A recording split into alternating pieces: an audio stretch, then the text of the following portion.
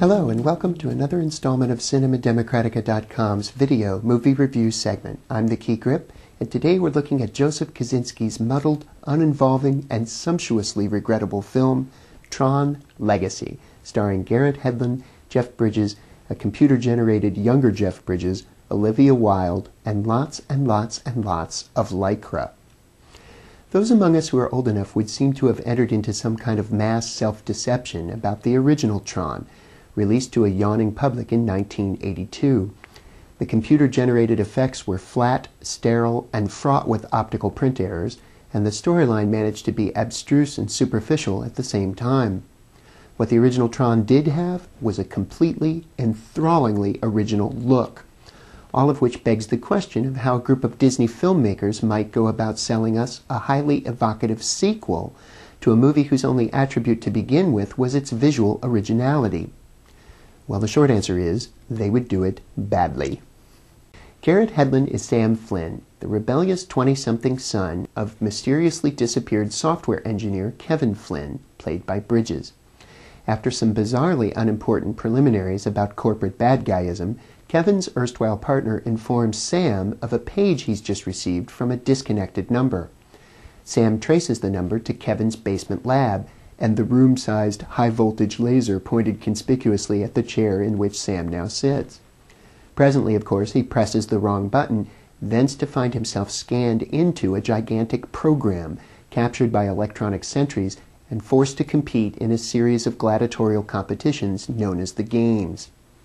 There follow perhaps 15 minutes of suspenseless, characterless, whiz-bang nonsense, all of it fraught with roughly the same edgy anticipation it takes to open our milk duds. Having bested all comers, Sam is hauled before the grand and power-lusting Clue, an arch-rival created by the elder Flynn in his own image, and played by a computer reverse-aged Bridges, though not, we notice immediately, reversed-aged to the point of Bridges' appearance in the original film. Tasked by Kevin with perfecting the game grid, it happens that Clue has interpreted this order as a war on all that is beautiful and non-sterile, planning in consequence to destroy both father and son along the way to making his escape into a reality imperfect enough to have spent $170 million on a hunk of gibberish like this one. But before Clue can have his way with Sam, the younger Flynn is busted out by the beautiful Cora, played by Wilde, who whisks him away to reunite him with Daddy Dearest at Dad's laughably 2001-like mountaintop exile, invisible to Clue and his minions because of its location outside the limits of the program. Who knew that high desert terrain existed at the periphery of computer code, or that computer-programmed vehicles could go there anyway, provided they came equipped with big knobby tires?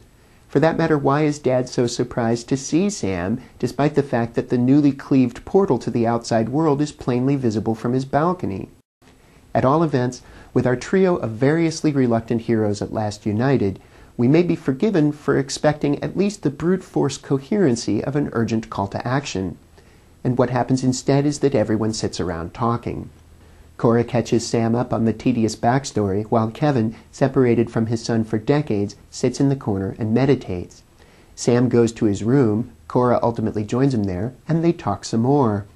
Kevin snaps out of it in time for dinner, and then the three of them talk, Kevin unloading on Sam a bouillabaisse of Zen Taoist nonsense better suited to an NFL lineman who'd misread the Cliff Notes. Okay, that last bit was unkind, but if the line, "doing nothing's underrated," works as an ethos in real life, and it might not, then I'd have at least thought we could agree that it isn't going to work for the middle hour of a movie. "What's it like outside?" Kevin asks Sam 10 minutes after the last non-reviewer has left the building. "Ah, rich getting richer, poor getting poorer," is Sam's suicide-temptingly adequate response. Wasn't this supposed to be a Disney movie? In 3D? And come to think of it, why am I still bothering with these stupid glasses? At all events, by the time our uninvolving characters find their way to what we already sense will be a flimsy and one-dimensional climax, the corny gotcha feels less like a petty theft of ticket money and more like a mercy killing. Well, you can almost literally hear people thinking, at least it's over. Still, I'd be remiss if I did not point out the ease with which I managed to distract myself from the enduring of all this heaving silliness by concentrating instead on the wall-to-wall gratuity of delicious young actresses clad in scandalously form-fitting lycra. Throughout our dreary cyber triptych, we are regularly and mercifully visited by Olivia Wilde or Beau Garrett, their outfits so tight that a bored audience can amuse itself by guessing what they had for breakfast. Just why Disney is so consistently attached to projects involving such racy sex appeal is a topic that has been done to death already. But whatever the reason, I'm sure there are far less hygienic ways for a fractious 9-year-old boy to discover on a rainy Saturday that he is, without remorse, a heterosexual. The Key Grip gives Tron Legacy 1 bald head out of 5. For CinemaDemocratica.com, I'm Dave O'Gorman. Thanks for watching.